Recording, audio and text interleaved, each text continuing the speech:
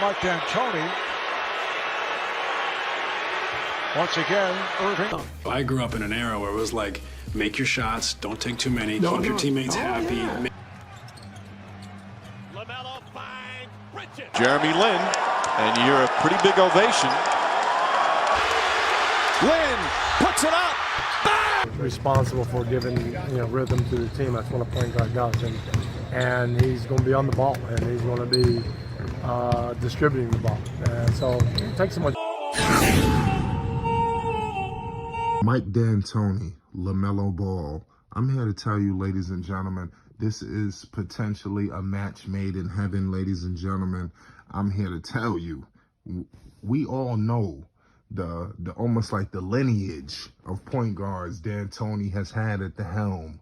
You understand? Steve Nash, James Harden, Jeremy Lin, Chris Paul. You understand? Harden, if I didn't say his name, I may have said his name twice. And then, like I said, you can even go down the list, like the Duhans of the world. It's just even more. It just seems to be just almost like you could consider Mike D'Antoni almost like the point guard whisperer. You understand? It's almost like he just does different things with point guards. You understand? We all know what he did with Steve Nash. I understand, taking the league by storm with Nash, 2 back-to-back MVPs, 1-1 over Shaq when Shaq was on his bullshit. You understand?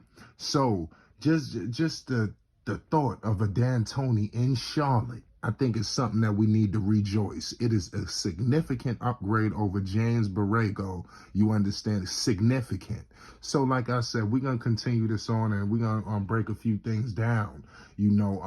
Nash, I mean, when he was with D'Antoni, he was always putting up the mega assist numbers, and then after D'Antoni left, he went to the Lakers, and he put up, 6.7 assists, his final season, 5 assists, even though his final season, I believe he had Alvin Gentry as the coach, but with D'Antoni, he was 11 assists, damn near per game, shooting at a great percentage. Let's not play like Nash was just a problem. 49% from the field. His final season with Phoenix, he shot 53% from the field. Like Nash, and mind you, he wasn't putting up mega numbers when it came to just in terms of just putting the ball up. It just wasn't, he was putting up 14 points per game, nothing crazy. You look at what he did with Jeremy Lin, Lin Sanity, we all seem like he just took the league by storm, game winners and all. You understand? Shit, beating Kobe Bryant at the Garden. I mean, the house where Kobe Bryant rolls in and puts up 60, you understand, puts up whatever he want. Jeremy Lin came on there and put a pause on the Lakers. You understand? And and when the Lakers were forming, when the Lakers were the Lakers, you understand? We got to put this into perspective, ladies and gentlemen. And then, like I said, when he went to LA, it was like, what happened to that boy? And that's no disrespect. It was all she wrote. He got the big contract. Ladies and gentlemen, Mike D'Antoni, his system, equated to Jeremy Lin getting a bag. You understand? I think this is the first time we ever heard of the poison pill contract was with Jeremy Lin. Ladies and gentlemen, Mike D'Antoni's system had the Houston Rockets put a poison pill deal in to pry him away from the New York Knicks. You understand? This is what D'Antoni's system did for Jeremy Lin. You understand? Fast forward, we go into James Harden. You understand? James Harden was just, whatever. Nobody looked at him as a point guard when it was first proposed that Harden was going to take over the point guard position under D'Antoni for the Rockets. People thought the shit was a joke. You understand? Nobody took it seriously. You understand? It was just laughed off, written off.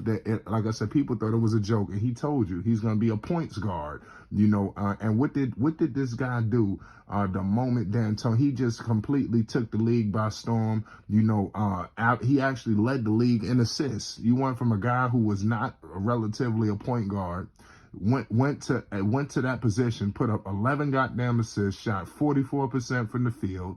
You understand? 34% from the three. It's just retarded. If you look at Houston, obviously the assist numbers went down. Chris Paul did come to the team. You know, as you can see, his last season in Houston, his numbers went back up to 10 assists per game. You know, but it naturally dipped. You know, because Chris Paul had came over, and look what he did. When people see, if you look at the Charlotte Hornets with the Roziers of the world, we don't know if Rozier be there, but let's say he will. He got the big deal. You look at the dual point guards. When people thought, what is Chris Paul? How's that? People thought that's not going to work. The shit ended up in Game 7 of the conference finals, ladies and gentlemen. And like I said, guys were hurt. Chris Paul, there was a hamstring away from the finals. You know, let's just be real. They had Golden State number, you know, but I mean, it is what it is. So just fast forward to today. Mike D'Antoni is a league leading candidate for the Hornets job. Let's just be all the way real with the people. And like I said, I had an epiphany.